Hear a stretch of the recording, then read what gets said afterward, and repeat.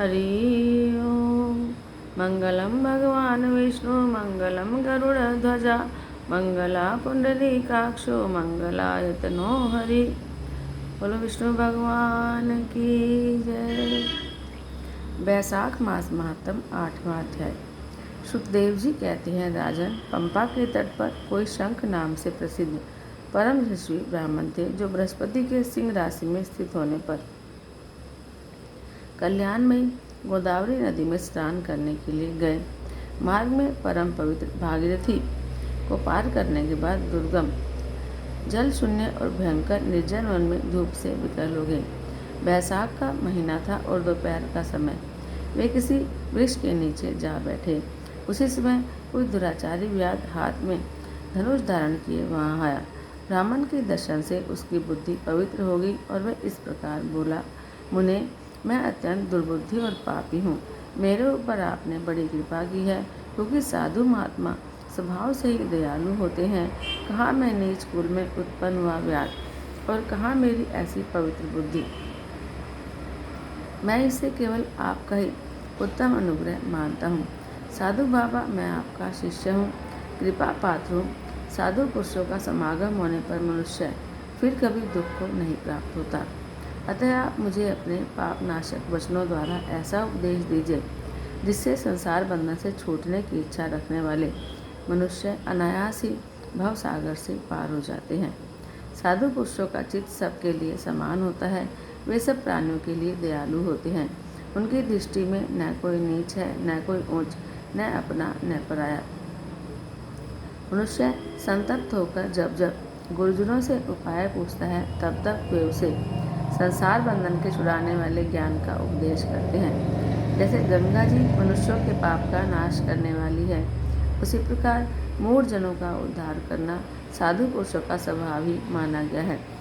व्याध के ये वचन सुनकर शंख ने कहा, व्याध, यदि तुम कल्याण चाहते हो तो बैसाख मास में भगवान विष्णु को प्रसन्न और संसार समुद्र से पार करने वाले जो दिव्य धर्म बताए गए हैं उनका पालन करो।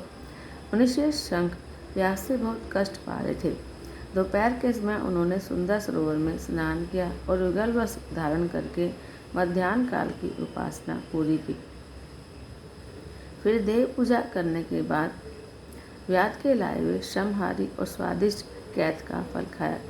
जब वे खा पीकर सुखपूर्वक विराजमान हुए, उस समय व्याध ने हाथ जोड़कर कहा, मुने, किस कर्म से मेरा तमो में व्याध कुल में जन्म हुआ और किससे ऐसी सद्बुद्धि और महात्मा की संगति प्राप्त हुई। प्रभु, यदि आप ठीक समझे तो मैंने जो कुछ पूछा है वह और अन्य जानने योग्य बातें भी मुझसे कहिए। शंख बोले, पूर्व जन्म में तुम वेदों के पारंगत विद्वान ब्राह्मण थे। शाकल्य नगर में तुम्हारा जन्म हुआ था। तुम्हारा गोत्र शिवच्छ और नाम स्तंभ था। उस समय तुम बड़े तेजस्वी समझे जाते थे, किंतु आगे चलकर किसी वैश्या में तुम्हारी आसक्ति हो गई। उसके संग दोष से तुमने नित्य कर्मों को त्याग दिया और शूद्र की भांति घर आकर रहने लगे।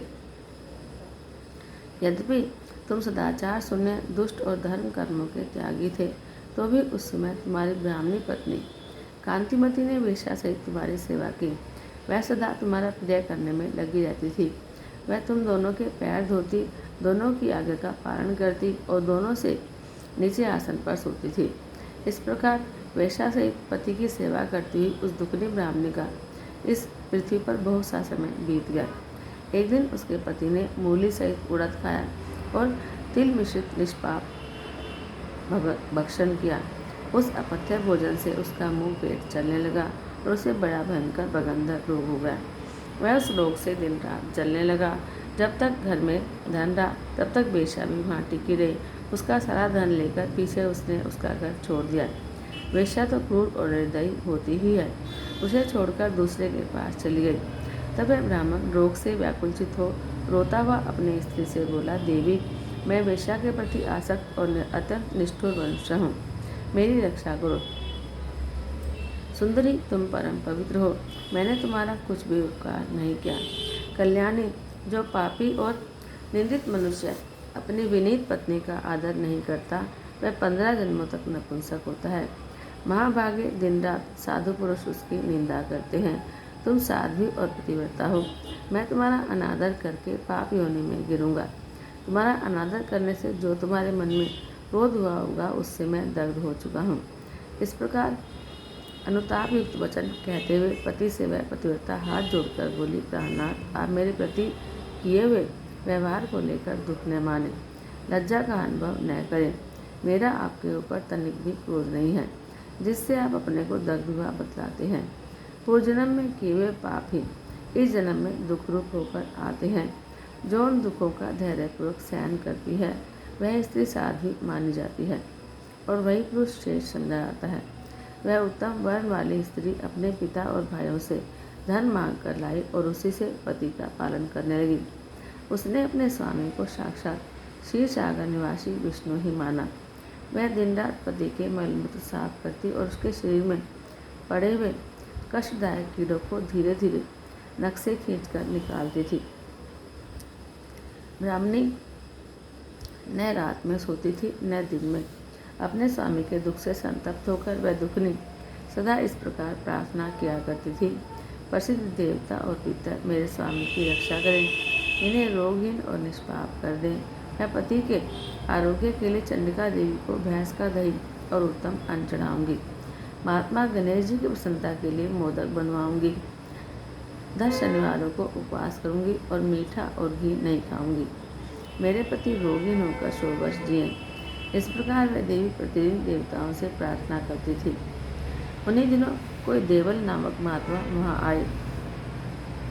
वैशाख मास में धूप से पीड़ित हो सायंकाल के समय उस ब्राह्मण के घर में उन्होंने पदार्पण किया। ब्राह्मणी ने महात्मा के चरण धोकर उस जल को मस्तक पर चढ़ाया और धूप से कष्ट पाए हुए महात्मा को पीने के लिए शरबत दिया। प्रातःकाल सूर्योदय होने पर मुनि जैसे आए थे वैसे चले गए। फिर थोड़े ही समय में उस ब्राह्मण को सन्निपात हो गया। ब्राह्मणी सौंठ, मिर्च और पीपल लेकर जब उसके मुंह में डालने लगी तब उसने पत्नी की उंगली काट ली और उसके दोनों दांत सहसा सट गए और ब्राह्मणी की उंगली का वह कोमल खंड उसके मुंह में ही रह गया। उंगली काटकर उस वैश्या का ही चिंतन करता हुआ ब्राह्मण मर गया।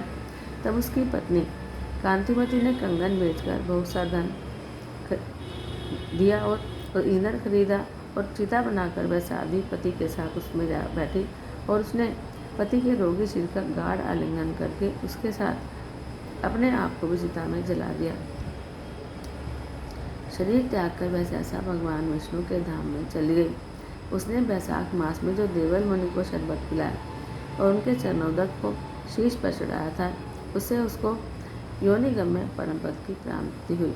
तुमने अंतकाल में वैश्या का चिंतन करते हुए शीर त्याग किया था, इसलिए इस घोर व्याध के शीर में आए हो और हिंसा में आसक्त हो, सबको उद्वेग में डाला करते हो। तुमने वैशाख मास में मुनि को शरबत देने के लिए ब्राह्मणी को अनुमति दी थी। उसी पुण्य से आज व्याध होने पर भी तुम्हें सब सुखों के एकमात्र साधन धर्म विषय प्रश्न पूछने के लिए उत्तम बुद्धि प्राप्त हुई है। तुमने जो सब पापों को हरने वाले मुनि के चरणोदक को सिर पर धारण किया था उसी का यह फल है कि वन में तुम्हें मेरा साथ मिला है। जय जय श्री हरि, जय जय श्री राधे, जय जय श्री राधे, जय जय श्री राधे।